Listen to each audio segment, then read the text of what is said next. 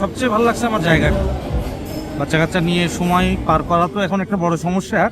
সেই জায়গা থেকে এটা বেটার একটা প্লেস হতে পারে আপনাদের সবার জন্য।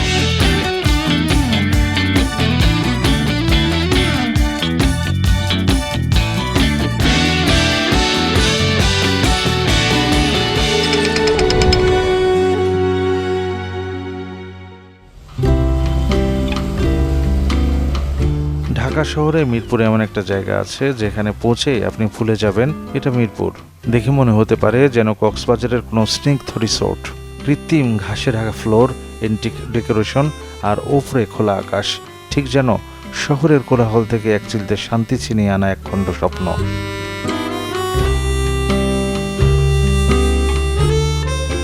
বন্ধুরা, আজকে আমি আপনাদের নিয়ে চলেছি ঢাকার হাওয়া খেতে খেতে সেই স্বপ্নের ঠিকানায়, হাওয়া রুফটপ রেস্টুরেন্ট, মিরপুর 12।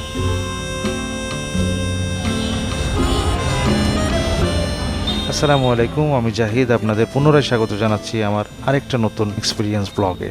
আজকে আমি আপনাদের নিয়ে চলেছি এমন একটি জায়গায় যেটির নাম আমি অনেক দিন ধরেই শুনছিলাম, কিন্তু সময় হয়ে উঠছিল না। চলেই গেলাম আজকে, আর গিয়ে মনে হলো এতদিন কেন আসিনি। এই রেস্টুরেন্টের কথা আমি বহুদিন ধরেই শুনছিলাম, বাসা থেকে অনেকটা কাছেই, কিন্তু সময় সুযোগ মেলেনি।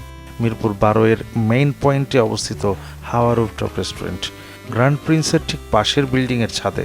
বাটার শোরুমের পাশ দিয়ে সোজা লিফটের দিকে উঠতে হয়। লিফটের দরজা খুলতেই এক অন্য জগৎ। প্রথমেই চোখে পড়ে কিছু অ্যান্টিক শোপিস, তার মধ্যে একটা পুরনো ড্রেসিং টেবিল, কৃত্রিম ঘাসে মোড়া ফ্লোর, আর ডান দিকের ওপেন ভিউ দেখে মনে হচ্ছিল যেন কক্সবাজার এসে গেছি। সন্ধ্যার লাইটিংয়ে জায়গাটা হয়ে উঠেছিল আরও মোহময়। পাশে একটা পারফর্মিং স্টেজ, যদিও সব সময় চালু থাকে না, তবে ছবি তোলার জন্য দারুণ স্পট।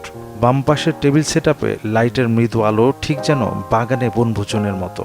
আরেক পাশে আছে খোলা আকাশের নিচে চমৎকার বসার ব্যবস্থা, পরিবার ও প্রিয়জন নিয়ে গল্পে মেতে ওঠার আদর্শ জায়গা।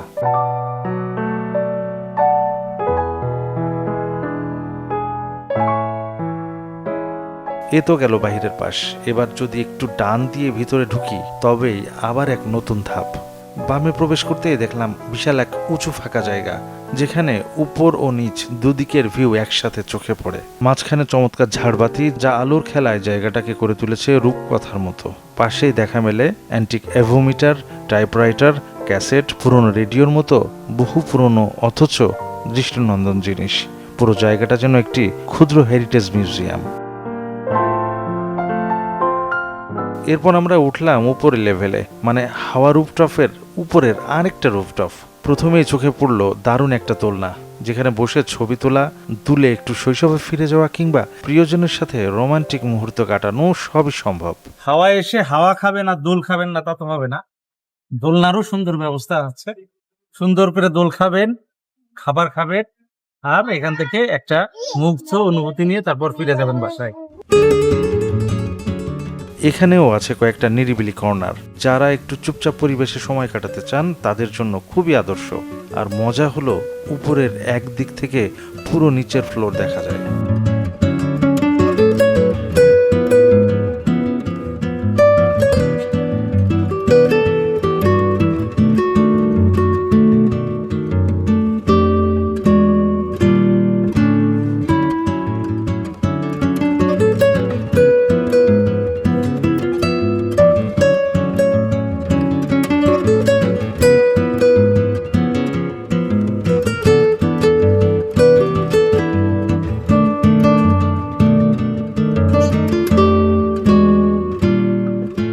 এমনকি আমরা বসে থাকতে থাকতে একসময় পাশ দিয়ে একটা মেট্রো চলে গেল। সেই মুহূর্তটা একেবারে সিনেমাটিক। এটাকে রেস্টুরেন্ট না বলে আমি বলবো একটা অনুভব। এবার এলাম খাবার অংশে। ওদের মেনু একেবারে diverse. Biryani, fried rice, chow mein, pizza, soup, salad, sea food সবই আছে। আমরা অর্ডার করলাম Thai thick soup 1:2, prawn tempura, mix ও ক্যাশনাট সালাদ। খাবার আসতে সময় নিয়েছিল প্রায় 20 মিনিট, তবে পরিবেশন ছিল খুবই সুন্দর। স্যুপটা ভালো ছিল, প্রন টেম্পুরা ছিল ক্রিস্পি ও ফ্লেভারফুল, যদিও সালাদে একটু গন্ধ ছিল, মানে একটু বাসি।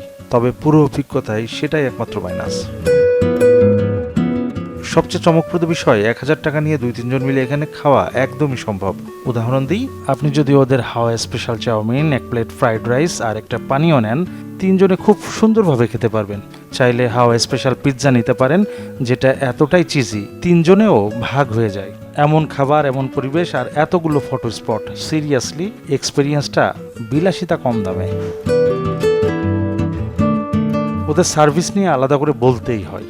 স্টাফরা খুবই আন্তরিক, গ্রাহক হিসাবে নয় বরং অতিথি হিসেবে ট্রিট করে।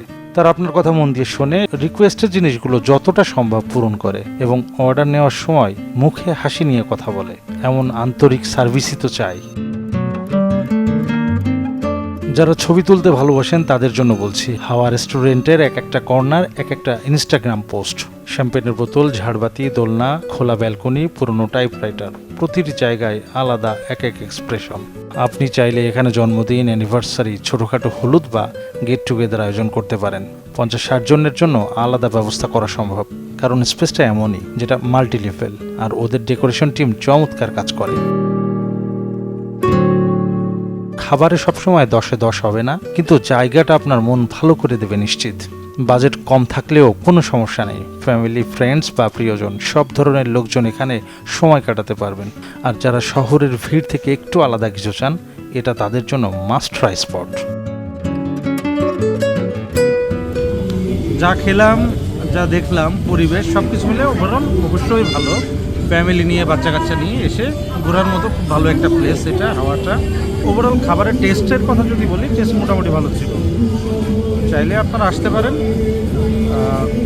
সবচেয়ে ভালো লাগছে আমার জায়গাটা। বাচ্চা কাচ্চা নিয়ে সময় পার করা তো এখন একটা বড় সমস্যা। সেই জায়গা থেকে এইটা খুব বেটার একটা প্লেস হতে পারে আপনাদের সবার জন্য। এই ছিল আমার হাওয়া রুফটপ এক্সপিরিয়েন্স।